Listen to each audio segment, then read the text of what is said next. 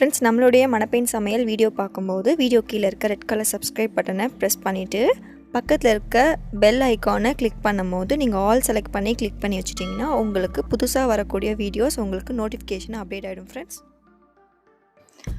Hi friends, இன்றைக்கி பார்த்தீங்கன்னா நம்ம வந்து வெஜ் மேகி செய்ய போகிறோம். அதுக்கு முதல்ல வந்து கடாய் வந்து ஹீட் ஆகட்டும்.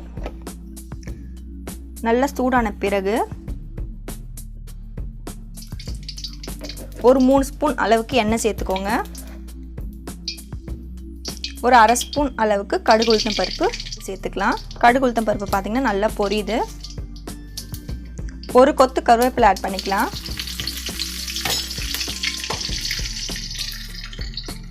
எண்ணெயில் கருவேப்பிலை நல்லா பொரிஞ்ச பிறகு ஒரே ஒரு வெங்காயம் பார்த்திங்கன்னா நீட்டவாக கட் பண்ணி வச்சுருக்கேன். பிரியாணிக்கெலாம் நம்ம கட் பண்ணுவோம் இல்லையா, அந்த மாதிரி கட் பண்ணி ஆட் பண்ணிக்கோங்க. நல்லா மொறுவலாக வதங்கணும், அந்த அளவுக்கு நல்லா வதக்கிக்கோங்க. இப்போ பார்த்தீங்கன்னா வெங்காயம் வந்து லைட் மொறுவலாக லைட் ப்ரௌனாக ஆகிடுச்சு. இப்போ வந்து நம்ம ஒரு அரை ஸ்பூன் அளவுக்கு இஞ்சி பூண்டு விழுது வந்து ஆட் பண்ணிக்கலாம். ஆட் பண்ணிவிட்டு அடி பிடிக்காத மாதிரி நல்லா பச்சை வாசனை போகிற அளவுக்கு நல்லா வதக்கிக்கோங்க. இப்போ இஞ்சியோட பச்சை வாசனை போயிடுச்சு. இப்போ வந்து நம்ம ஒரே ஒரு தக்காளி வந்து நீட்டு பக்கம் கட் பண்ணி வச்சுருக்கோம், அதையும் ஆட் பண்ணிக்கலாம். நல்லா பேஸ்ட் ஆகணும் இந்த கிரேவி, அதுக்காக நம்ம வந்து கொஞ்சம் கல் உப்பு ஆட் பண்ணிக்கலாம். கொஞ்சமாக வந்து கல் உப்பு ஆட் பண்ணிக்கலாம். அப்போ தான் பார்த்தீங்கன்னா தக்காளி நல்லா உங்களுக்கு பேஸ்ட்டாக வதங்கும். அதுக்காக தான் நான் பீன்ஸ் வந்து இந்த மாதிரி அழகாக மெலிசாக வந்து கட் பண்ணி வச்சுருக்கேன். அடுத்து கேரட்டும் பார்த்திங்கன்னா நல்லா சின்ன சின்ன பீஸாக வந்து கட் பண்ணியிருக்கேன். இந்த மாதிரி போட்டிங்கன்னா குழந்தைங்களுக்கு காய்கறி ரொம்ப பிடிக்கும். ஸோ பார்த்திங்கன்னா ஒரு 4 பீன்ஸ் வந்து நான் ஆட் பண்ணிக்கிறேன், நல்லா பொடியை நறுக்கி. அடுத்து பார்த்திங்கன்னா ஒரே ஒரு கேரட் வந்து நல்லா பொடியை நறுக்கி நான் ஆட் பண்ணிக்கிறேன். இந்த எண்ணெயிலே வந்து காய்கறியை வேக விட்டிங்கன்னா உங்களுக்கு சாப்பிடும்போது நல்லா க்ரன்ச்சியாக நல்லா டேஸ்டியாக இருக்கும். ஸோ நல்லா எண்ணெயிலே வந்து நல்லா வதங்க விடுங்க. மேகிக்கு உப்பு போடும் போது பார்த்தீங்கன்னா காய்கறிக்கு ஏற்ற மாதிரி மட்டும் போட்டுக்கோங்க. ஏன்னா மேகி மசாலா நம்ம ஆட் பண்ணும்போது உப்பு ஜாஸ்தியாகிடும். ஸோ உப்பு மட்டும் பார்த்து போட்டுக்கோங்க. இப்போ காய்கறி பார்த்திங்கன்னா நல்லா வந்து வதங்கிடுச்சு. இப்போ பார்த்திங்கன்னா மேகி மசாலா நம்ம ஆட் பண்ணிக்கலாம்.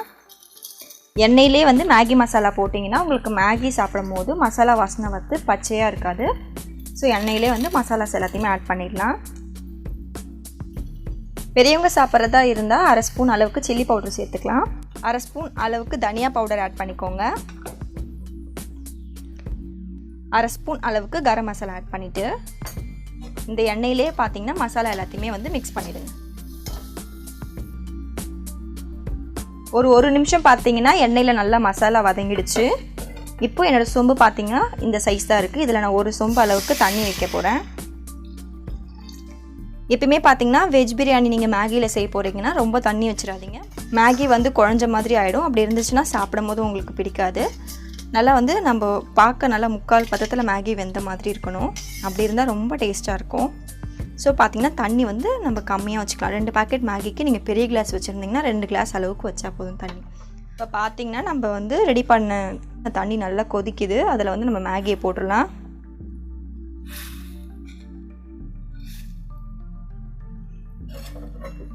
மேகி போட்டுட்டு லைட்டாக வந்து தண்ணியில் டிப் பண்ணி விடுங்க. நல்லா வந்து உள்ளே அமுக்கி விடுங்க. கொஞ்ச நேரத்தில் பார்த்தீங்கன்னா மேகி வந்து நல்லா பிரிய ஆரம்பிச்சிடும். நான் உடச்சிலாம் போடல, அப்படியே ரவுண்டாக போட்டுட்டேன் முழுசாகவே.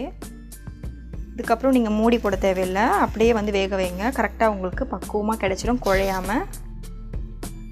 அழகாக பிரிஞ்சு வந்துருச்சு பாருங்கள். இந்த மாதிரி அழகாக பிரித்து விட்டுடலாம் கரண்டி வச்சு.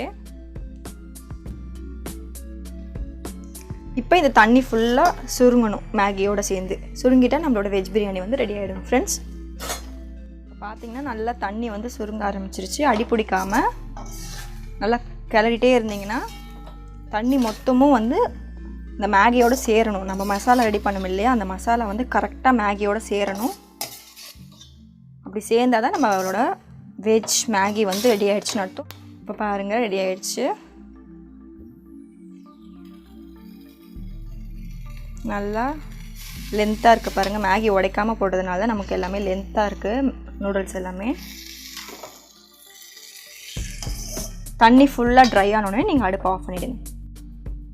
இப்போ சர்வ் பண்ண போகிறோம். வெஜ் பிரியாணி ஸ்டைலில் மேகி வந்து ரெடி ஆகிடுச்சு. ஃப்ரெண்ட்ஸ், கண்டிப்பாக வீட்டில் ட்ரை பண்ணி பாருங்கள். மறக்காமல் நம்ம சேனலை சப்ஸ்கிரைப் பண்ணிடுங்க. பக்கத்தில் இருக்க பெல் ஐக்கானையும் ப்ரெஸ் பண்ணி வச்சுக்கோங்க. லைக் பண்ணுங்கள், ஷேர் பண்ணுங்கள், கண்டிப்பாக கமெண்ட் பண்ணுங்கள். நம்ம சேனலை சப்போர்ட் பண்ணிகிட்டே இருங்க ஃப்ரெண்ட்ஸ். பாய்.